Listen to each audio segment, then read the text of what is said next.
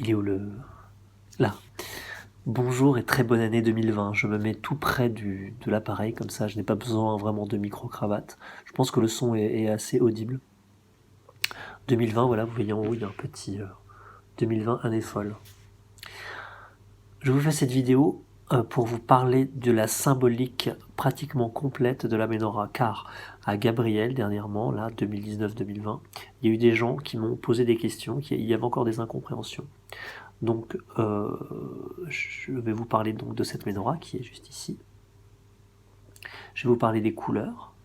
Je vais vous parler des 22 feuilles. Je vais vous parler des niveaux verticaux, de ce qui se passe horizontalement, etc. Je vais vous parler des vertus qui concernent chaque sceau. Et voilà. Je voudrais vous dire aussi qu'il me reste des Ménorahs en vente en bois de hêtre et en bois de pin. Celle en bois de pin, je l'ai fait, il m'en reste une. Je la fais à 60 €. Et celle en bois de hêtre, je l'ai fait à 80 €. Car maintenant, je passe au bois de chêne. Le bois de chêne, c'est ce qui vous intéresse le plus. Le bois de hêtre est très solide aussi. Le bois de pin est historique parce que c'est les premières Ménorahs que j'ai faites. Et c'est assez joli aussi.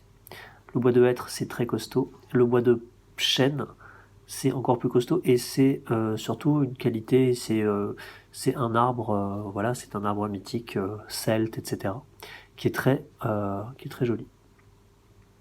Donc, les couleurs, l'ordre des couleurs, on reprend rouge, orange, jaune, vert, bleu, indigo, violet. On part de gauche, on va jusqu'à droite. C'est les couleurs de l'arc-en-ciel. On pourrait partir du bas jusqu'en haut, c'est-à-dire du plus condensé au plus subtil. Donc on part des mondes visibles au monde invisible. Et au milieu, en vert, nous avons l'homme. Donc rouge, les minéraux, orange, les végétaux, jaune, les animaux, vert, les hommes en chemin et l'homme conscient, bleu, les anges, indigo, les archanges, et violet, les dieux. Nous avons l'homme au milieu, sur le symbole, qui est représenté par, on va parler des sceaux maintenant, l'homme qui est représenté par les trois symboles des anges, des archanges et des dieux, c'est-à-dire le trait vertical, la barque qui représente les deux bras, et le soleil qui représente la tête. Voilà.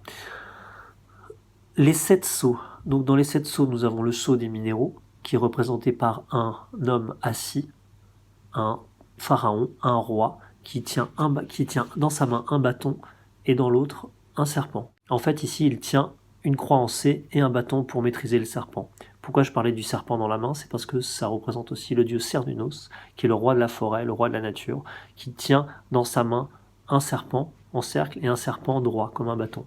Il maîtrise tous les animaux autour de lui, comme toutes les forces de la nature. C'est un druide, Cernunnos, qui a vu que l'humanité chutait, qui s'est séparé de la nature et qui lui a décidé de continuer à être roi dans la forêt, à être maître dans la forêt. Il est en tailleur comme le Bouddha et il a au-dessus de sa tête les bois de cerf, c'est le dieu cerf, et ces bois de cerf sont les 7 branches de la Ménorah dans notre tradition. Ce sont les 7 flammes que nous devons allumer au-dessus de notre tête pour être dans la maîtrise de notre vie, de notre être, et non pas dans l'usurpation. Ces flammes, l'usurpateur les éteint et nous met dans la passivité. Si nous rallumons les flammes, nous sommes dans la maîtrise. Donc maintenant, nous allons parler des 7 vertus qui sont liées aux 7 règnes. Nous avons l'ange de la maîtrise, en rouge, l'ange de l'enthousiasme, l'ange de la maîtrise, de l'enthousiasme, l'ange de la sagesse, l'ange de la vie, l'ange de la paix, l'ange de la subtilité et l'ange de la puissance. Voilà, dans l'ordre. Donc, sur le sceau des minéraux, nous avons un pharaon qui est au milieu des 4, qui est vraiment dans la stabilité, qui est posé sur le socle des 4 archanges. Et nous retrouvons ce socle, nous retrouvons ce premier sceau dans le socle de la Ménorah. Cette Ménorah est posée sur la terre, sur les 4 éléments, dans les 4 éléments. C'est pour ça qu'à la base de la Ménorah, il y a une pyramide. Nous avons ensuite le tronc qui est lié à la sphère des végétaux. Donc si nous regardons le sceau des végétaux, nous avons un arbre. tout simplement, avec tous les niveaux, les racines, le tronc, les branches et au-dessus les flammes. Donc nous avons 4 niveaux aussi. Donc dans ce tronc, nous avons le tronc, le végétal, qui traverse l'eau, qui est comme l'eau qui s'élève à travers le végétal et qui ne laisse rien passer, qui est dans la maîtrise totale et qui ne laisse pas passer les influences. C'est vraiment un arbre. C'est-à-dire que nous avons un arbre et nous sommes nous-mêmes l'arbre. Nous nous oublions en tant qu'homme avec son quotidien, etc. Nous sommes l'arbre qui est juste dirigé vers le soleil, vers son être véritable et qui doit vraiment arriver à trouver pourquoi il est là sur la terre, quels sont les fruits qu'il va donner. C'est pour ça que c'est un arbre. C'est pour ça aussi que maintenant dans les branches, nous avons la sphère des animaux, c'est-à-dire la sphère de ce qui s'ouvre après l'eau. Nous avons le sceau des animaux, donc, vous voyez, c'est un aigle qui porte un soleil sur la tête, un soleil au-dessus de lui, je veux dire, avec des écritures, et en dessous, l'écriture qu'il va poser sur la terre. Il la porte comme ça, il porte cette écriture.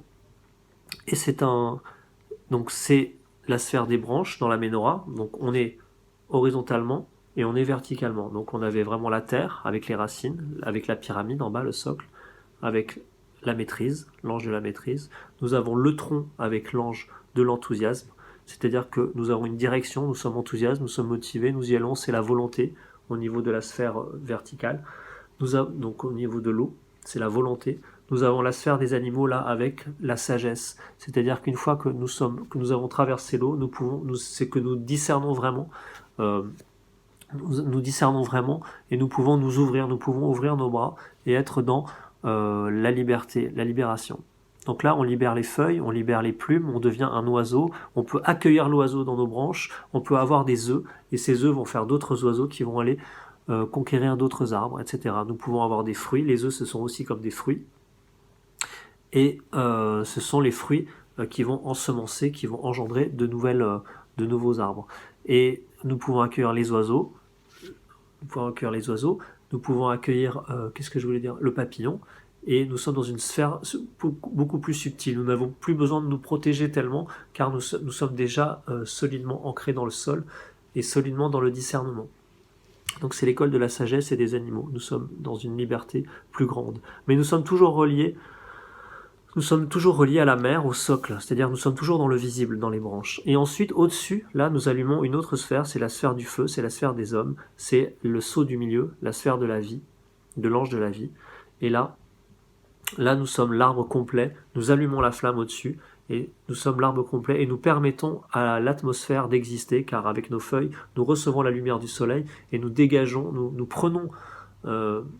Nous créons une respiration, nous créons un espace sur la Terre qui permet à l'atmosphère de faire apparaître le bleu de la sphère des anges, le bleu du ciel, qui est comme un manteau, comme une nouvelle maman qui apparaît, comme un nouvel univers, qui est le bleu du ciel. Nous étions dans la mer et maintenant nous allons vers le Père.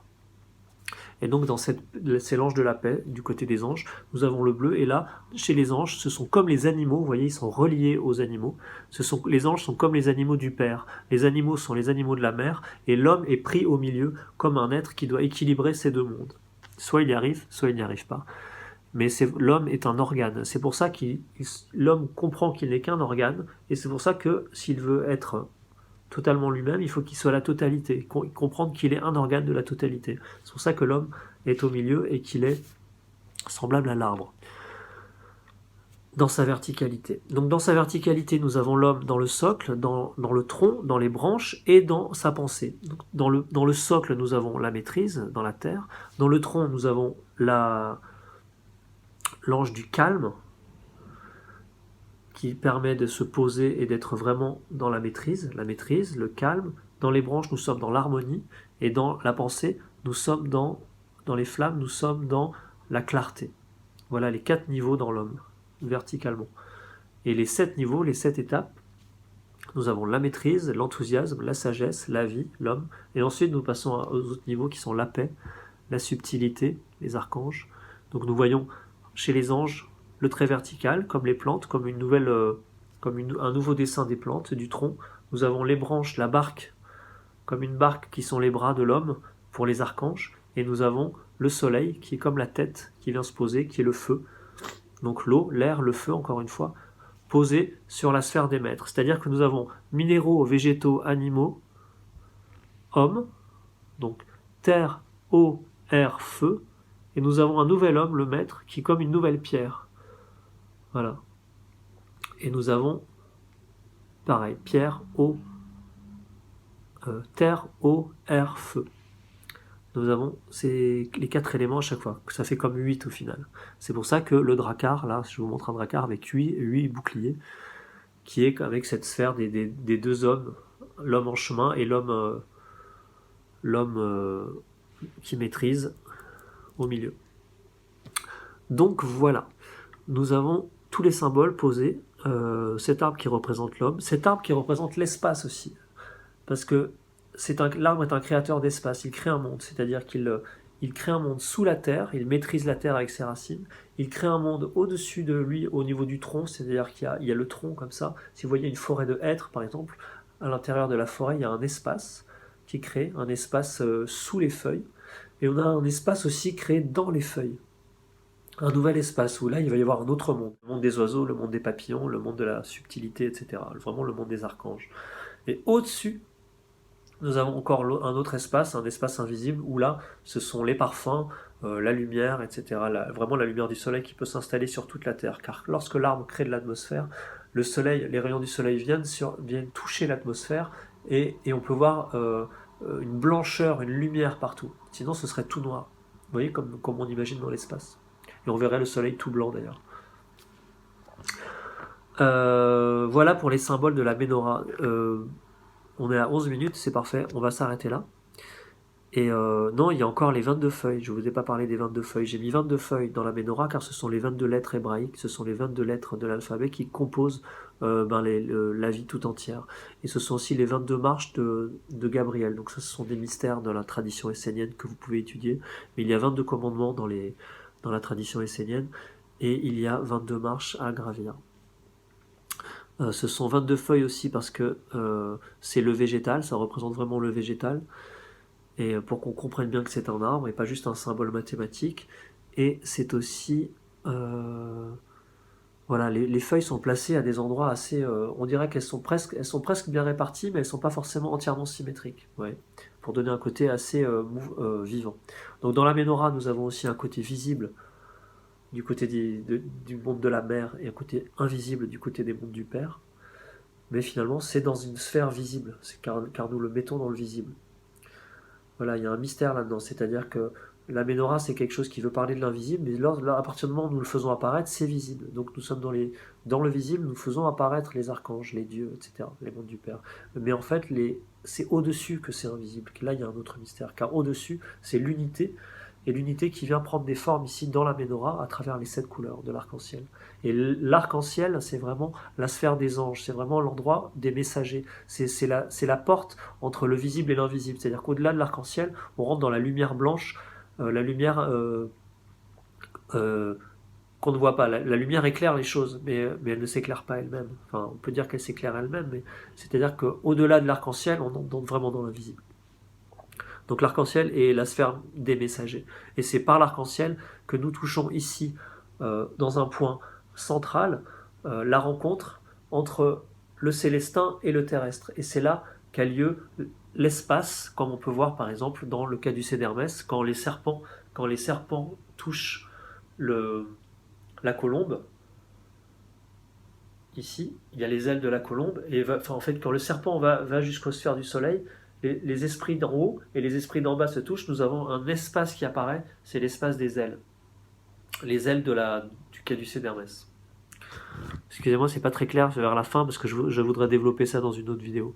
Mais il y a cette idée de rencontre et de croix. Il y a vraiment cette idée du vertical et de l'horizontal, c'est-à-dire de l'individu et de la communauté. C'est-à-dire que nous sommes un être individuel et en même temps un être collectif. C'est ça qu'apporte la menorah aussi. La menorah permet de rentrer dans l'individuel et le collectif. Et ça amène un bonheur en fait.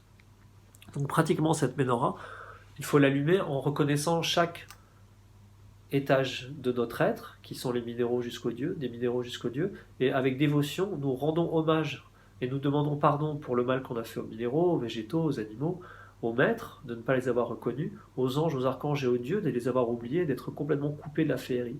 Et en allumant ces flammes, on rentre dans la magie, on rentre dans une méditation active, c'est-à-dire qu'on allume ces flammes et on parle à des mondes, et c'est vraiment en conscience, c'est-à-dire qu'on allume toujours les flammes à partir de la flamme du Père, dans la nation essénienne, dans un cadre bien précis, qui reconnaît, où les êtres peuvent vraiment reconnaître un travail de l'école sacrée ancestrale depuis Enoch, qui veut redresser la pierre. Hein. Chez les Celtes, on dresse des pierres. Donc cet arbre, c'est vraiment une pierre dressée.